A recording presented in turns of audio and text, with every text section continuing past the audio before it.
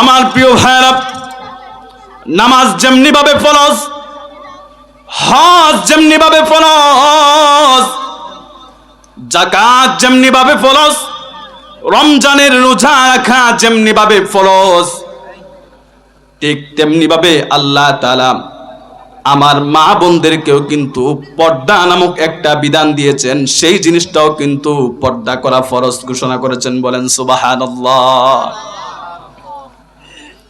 নামাজ না পড়লে যেভাবে জাহান্নামে যাওয়া লাগে, রোজা যারা রমজানে রাখবে না, যাকাত যারা আদায় করবে না, ধন সম্পদ হওয়ার পরে হজ ফরজ হয়েছে কিন্তু হজ সঠিক সময় আদায় করলো না, হজ না করেই যারা মৃত্যুবরণ করলো, কোন ধরনের ওজর চাই, কোন ধরনের কারণ চাই যারা মাহে রমজানের রোজা ছেড়ে দিল, কিয়ামতের ময়দানে তারা যেমনি ভাবে পাকড়াও হবে রোজা না রাখার কারণে, ফরজ রোজা না রাখার কারণে, যাকাত সঠিকভাবে আদায় না করার কারণে।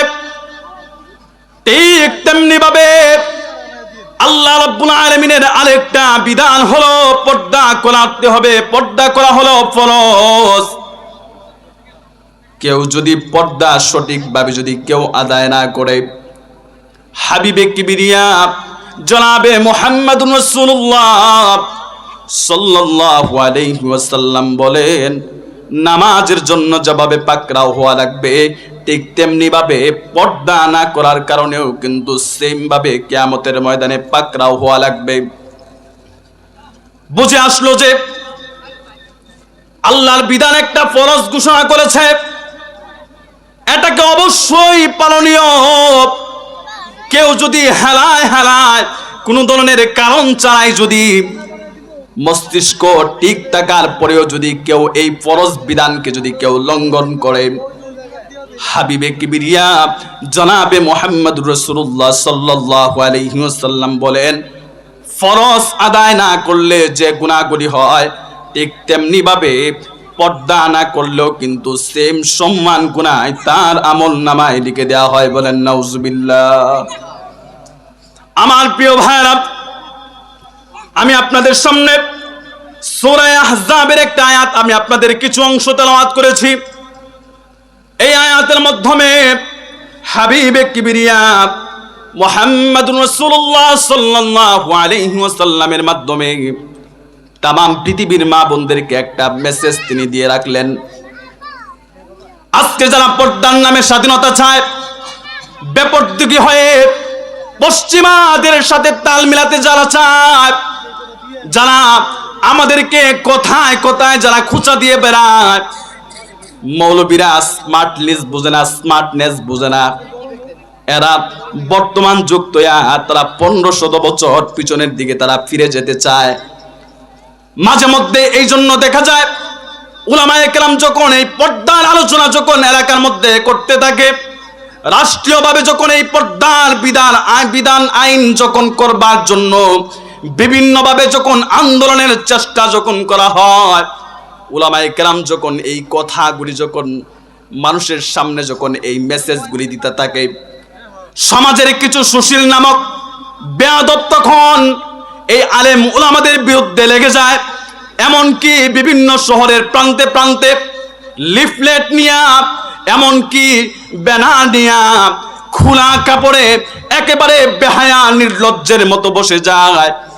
আর তারা কথায় কথায় একটা কথা বলে, আধুনিক যুগ যখন সামনের দিকে আগায় আর মৌলবীরা তখন পিছনের দিকে আগাইতে চায়। কথা বলেন ঠিক কিনা? তারা বলতে চায়, মাঝে মধ্যে বলতে চায় মৌলবীরা স্মার্টনেস বুঝে না, এরা 1500 বছর পিছনে যেতে চায়। তাদেরকে উদ্দেশ্য করে বলবো, বন্ধু তুমি তো 1500 বছরের কথা বলেছো। এই কোরআন মানতে যাইয়া, এই হাদিস মানতে যাইয়া যদি 1500 বছর না, যদি 1500 বছর নয়, 1500 কোটি বছর যদি পিছনে যাওয়া লাগে, রাসূলের উম্মতেরা সেই পিছনে যেতেও রাজি আছে। কথা বলেন ঠিক কিনা? এই জন্য প্রিয় ভাইরা, পর্দার বিধানকে অমান্য করা যাবে না। হাবিবে কিবরিয়া তার স্ত্রীদেরকে বলে, ও আমার স্ত্রীরা, সাবধান সাবধান, বেপর্দা হইয়া কিন্তু মানুষের সামনে তোমরা বাইর হইবা না। বেপর্দা হইয়া যদি বাইরে মানুষের সামনে বের হও, তাহলে পর্দার একটা লঙ্ঘন হবে, কিয়ামতে আল্লাহর সামনে পাকড়াও হওয়া লাগবে। এই জন্য আল্লাহ রাব্বুল আলামিন পবিত্র কুরআনের মধ্যে বলতেছেন, ওয়াকারনা ফি বুয়ুতিকুন্না ওয়ালা তাবাররাজনা তাবাররুজাল জাহিলিয়াতিল উলা। ও আমার বিবিরা, ও আমার স্ত্রীরা, সাবধান সাবধান, জাহিলিয়াতের যুগের মেয়েদের মতো বেহায়া বেপনার মতো একেবারে খোলা অবস্থায় কিন্তু তোমরা বাহির হইবে না। আজকে বন্ধু, আমাদের সমাজের দিকে যদি লক্ষ্য করি, আমাদের সমাজের দিকে যদি লক্ষ্য করি, তারা ইফতিজিং বন্ধ করতে চায়। বিভিন্ন সময় সভা সেমিনারের মধ্যে তারা আলোচনা করে কিভাবে এই ইফতিজিং বন্ধ করা যায়, আমাদের মেয়েদেরকে কিভাবে এই ইফতিজিং থেকে রক্ষা করা যায়। এই জন্য দেখবেন মাঝে মধ্যে বিভিন্ন ধরনের সেমিনার তারা করতে চায়।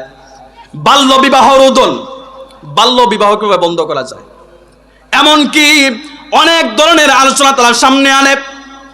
যখনই তারা এই পর্দার বিধানটা যখন আমরা আলোচনা করতে যাই, তারা অনেক সময় বিভিন্ন ধরনের কথা বলতে যায়। একটা কথা বলে, চোখের পর্দা হলো সবচেয়ে বড় পর্দা। কথা বলেন নাউজুবিল্লাহ। চোখের পর্দা হলো বড় পর্দা।